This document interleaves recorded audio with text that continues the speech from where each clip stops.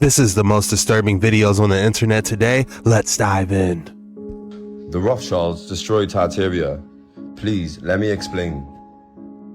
Their timeline is exactly the same as the reset. Take a look at this.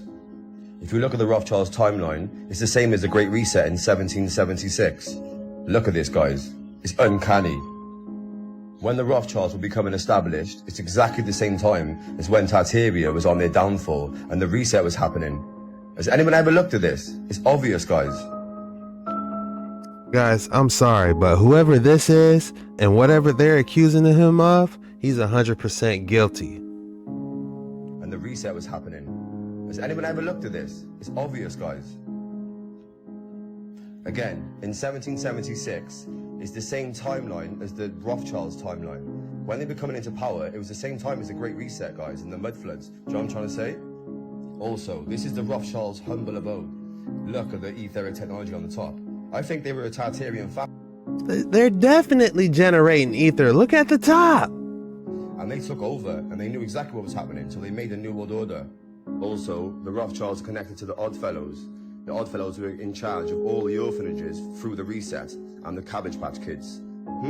Bit weird, yeah? Also, the Rothschilds funded all the wars, and the wars were only there to destroy all of the old world architecture, guys. Ain't it really adding up now? Understand? And last but not least, the Rothschilds loaned £400,000 back in 1850s. Today, that would be 4.7 billion to the Catholic Church. Come on, guys. They took it from old world to new world, can't you see? And they also destroyed all of the world fairs. Hidden in plain sight. We're at the Creation Evidence Museum in Glen Rose, Texas. This is a human handprint, all right, in Pennsylvania sandstone in Texas. Now that sandstone's got to be at least 60 to 100 million years old, right? But you judge this for yourself. Is that a human handprint? And if it is a human handprint, we got a problem. Because humans, according to evolution, only came about 2-3 million years ago. So, how do you reconcile this? There's two ways. Number one, actually three. This is a lizard print or something other than a human print. Number two, that humans lived 100 million years ago. And number three, during the worldwide flood, this sandstone was soft and humans were alive during that time. Somebody put their hand in the ground, they got up, they left, and then it was covered over rapidly and preserved until just recently. That does not look like a handprint. You know, I'm 6'4", so I got big hands. You know, that does not look like a hand. Maybe a gecko or a reptilian from the Draco constellation, or the Draconian Federation. I couldn't tell you. Is that from Draconian Federation? Drop your thoughts in the comments below. If you're enjoying these videos, be sure to hit that like and subscribe button because we do these videos every single day. And I'd love to see you tomorrow. So let's get straight back into the action. If you buy the maps put out by National Geographic, 1957, there's a map of Hitler staking in 1939, 1937, his territory in Antarctica. He sent polar expeditions out. This book says the secret expeditionary force was headed by Captain Richer, R-I-T-S-C-H-E-R, and took place 1937 and 38, their first expeditions. Added to the credence to these bases are the remarks of Mr. von Ribbentrop, this book says, at the outbreak of the war, World War II. In accordance with Germany's long-range political strategy, we have taken into firm possession the Antarctic area called the New Swabia, and it will be and ensure a safe retreat in case of necessity. And this book has maps of the bird expedition going down after the war. They said Antarctica would be an ideal place for bases. There was no rust, no germs, no illnesses or decomposition, no bacillus, no flies, no bugs, and not even a common cold would survive. It would be a perfect place to live. Well, when Admiral Byrd got home, he was met by James Forrestal, the Secretary of Defense. 2 years later, Forrestal was murdered.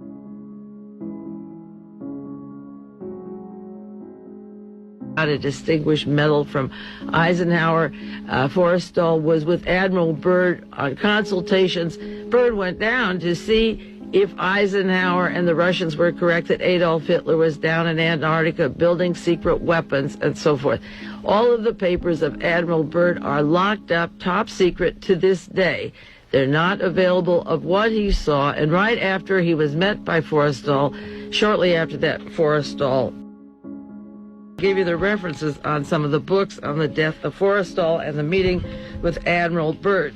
First of all, the Guinness Book of Records at the end of World War II, the greatest unsolved robbery was at the end of the war when the Reichsbank treasury was emptied of all its money and the bank vaults in Berlin were completely emptied out, and the headquarters for the World Monetary Fund in Basel, Switzerland, found that they had $15 billion in circulation that shouldn't exist.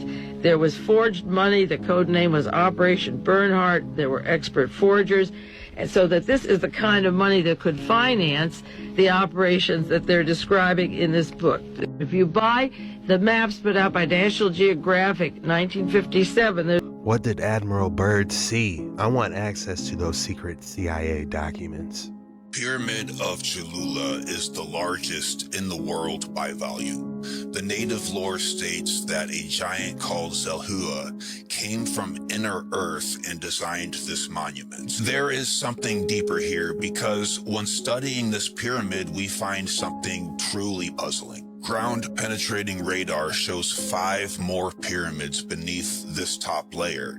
The deepest 3 we know nothing about, as well as underground tunnels that have been mapped out to the point of 5 miles. But 5 miles is only as far as the radar would allow. These tunnels continue down, and we have no idea how far.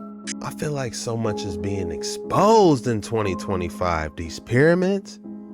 Are we getting closer to the actual truth? China's pyramids near Xi'an, used as ancient burial mounds, number around 100, but unlike Egypt's, they've remained lesser known. That's a good question. Why do they keep these pyramids hidden in China? I mean, it's obvious. This colossal statue of Amenhotep III and Tai is a group statue that also includes their 3 daughters. It is the largest known ancient Egyptian family group ever carved. It is now housed in the Egyptian Museum in Cairo. Egyptian Museum in Cairo is a must-see.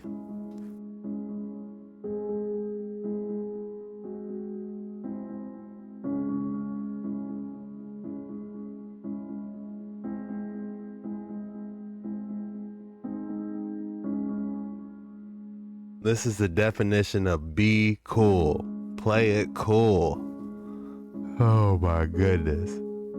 On today's episode of Getting Your Money's Worth, we have a participant that wants an exciting experience. Take a look.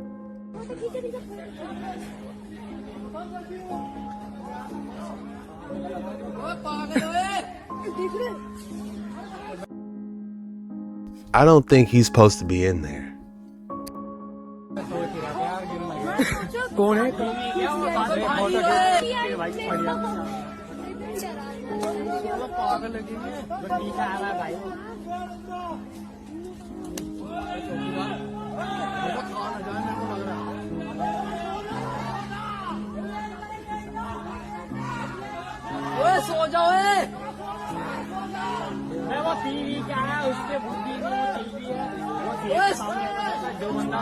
अरे चिल्लाओ मत यार, शांत हो भाई, वो चिल्लाओ मत यार, वो खा जाएगा।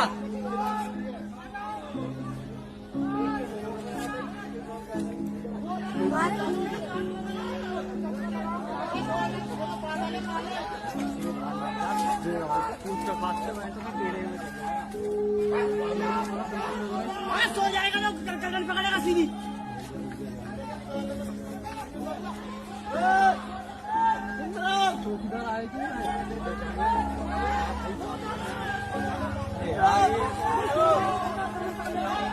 पागल वागल तो ना यार, अबे भाई पी के वो नशे में यार नशे में इंसान अलग ही दुनिया में होता है वो शेर कुत्ते का वक्त समझ रहा है इस टाइम पे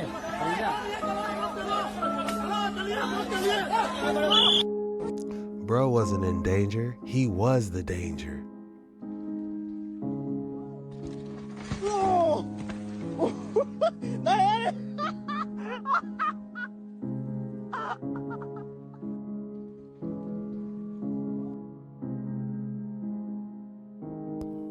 That's why you got to keep going. Prime example, don't quit.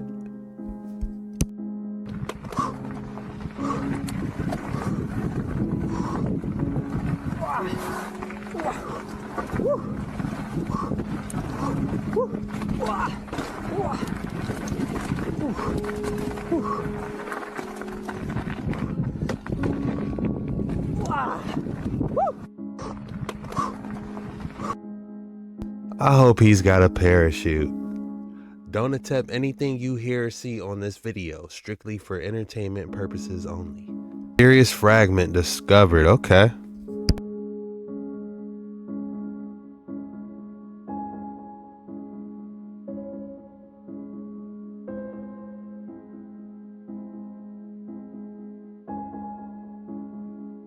Interesting. Many of the main roads leading to the temples of Thebes, modern Luxor, were once continuously lined with sphinxes. Those flanking the entrance to the first pylon of Karnak Temple have the body of a lion and the head of a ram. The ram was a symbol of the god Amun, the chief deity worshipped in the great temple of Karnak. Each sphinx protects a standing statue of the king, originally Ramses II, between its forelegs. Many of the main roads leading to the temples of Thebes, modern Luxor, were... Where are these ram-headed sphinx at now?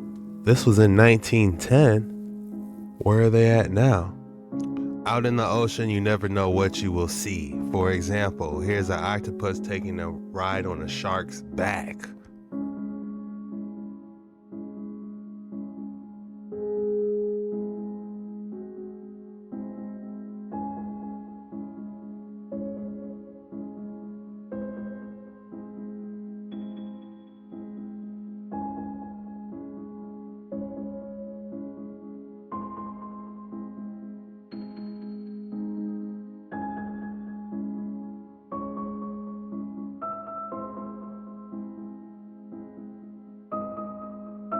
I got $20 that says Nemo is lost again. It had tentacles and was as large as a two-story house.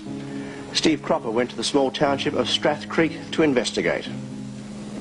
As Brad and Cheryl Kerslake were driving home along the Hume Highway near Puckapunyal Army Base last night, they noticed a very large object 20 metres away, hovering silently just above the ground. We said to each other it was at a house with lots of lights. They're crazy, and my husband said, no, it's a spaceship. And I said, don't say that. I said, look again. So we sort of really slowed down and we had a good look, and I'll tell you, it was a spaceship. The Kerslakes are well respected in the community as being reliable and level-headed. Before you saw this thing, did you believe in UFOs? No, no, never. And do you believe in them now? My word, I do. Yep. They're here for a reason. There were also several sightings in Melbourne overnight. A Communications and Aviation Department spokesman says there were no radar contacts in the area, nor were there any military aircraft operating out of Puckapunyal. According to the Kerslakes, police told them what they'd actually seen was a secret weapon being tested by the military. And the locals here report seeing a convoy rolling through the town at about 9 o'clock last night. But the military denies ever being in the area. So the question remains, did the people here see a UFO, or does the military have a secret weapon? Seem like a genuine couple. I think that they're telling the truth, maybe. You see that? You know what that is? Right now, I'm turning plastic into fuel. And what you're seeing is plastic being turned into a petroleum vapor, and that petroleum vapor condensing back into liquid petroleum, aka fuel. This machine is my 5th iteration of my plastic into fuel reactors. And right now it is operating excellently with a batch fed system currently, and I'm working to upgrade this into a continuous system that can process 100 pounds of plastic a day. That's my goal. Because imagine if we could have machines operating off of solar, this size, decentralized, all over the world, each being able to process a few hundred pounds of plastic a day, all over the world, every city on Earth, we wouldn't have plastic pollution anymore. Let's do it. Nature jab. You see that? You see that? Shout out to Nature Jab. Sounds like a great idea. Converting plastic to energy? Man, I'm sorry. You good? I'm sorry. Yo. Man, I'm sorry. That's diabolical. All right, guys, we got crazy Mandela effects. 800 collect instead of 0 saves the people you call up to 44%. Hello? Hi, honey. Just dial 1-800-COLLECT. Follow the simple instructions and your call will go through in seconds. Oh, hi, Grandma. Calling home, save yourself money. What a deal. Kids love it. So easy. 1-800 collect instead of 0. The 90s were absolutely amazing. Let's try to make 2025 the new 90s, if we could. By the garden of the willow tree and with me.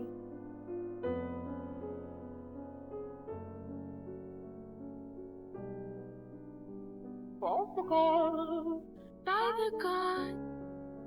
These could just be updated logos, or am I tripping?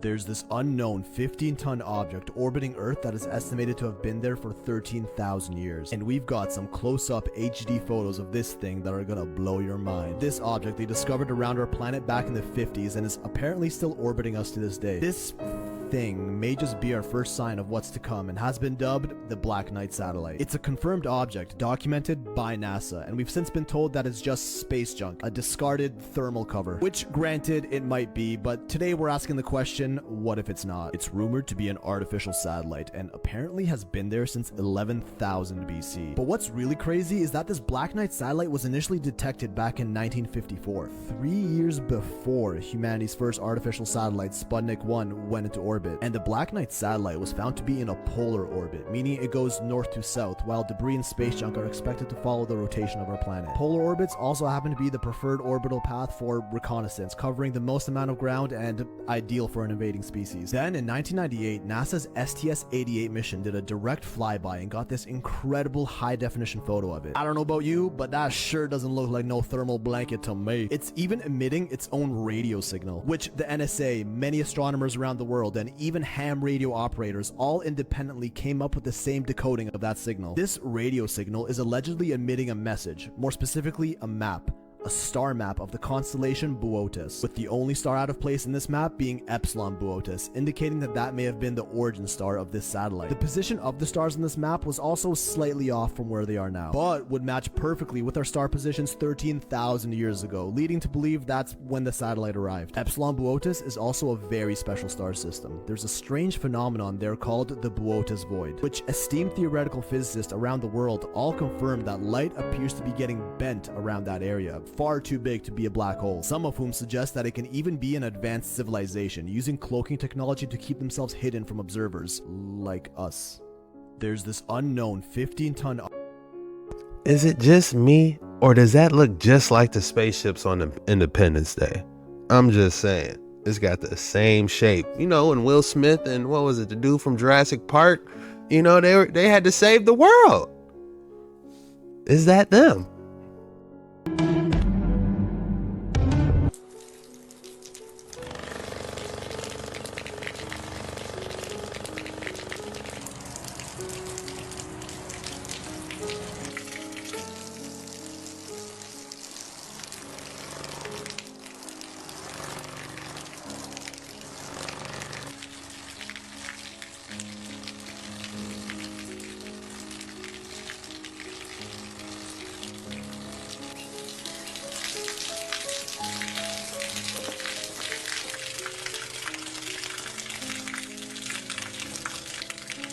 look at how it just falls. I feel like there's more going on here. More experiments need to be taking place. I'm ready for a Stargate. The code word is Terrific Tuesday. If you made it this far, drop Terrific Tuesday in the comments so I know you're real. And I just want to say thank you. I just want to say thank you for your support. This was the most disturbing videos on the internet today. See you tomorrow.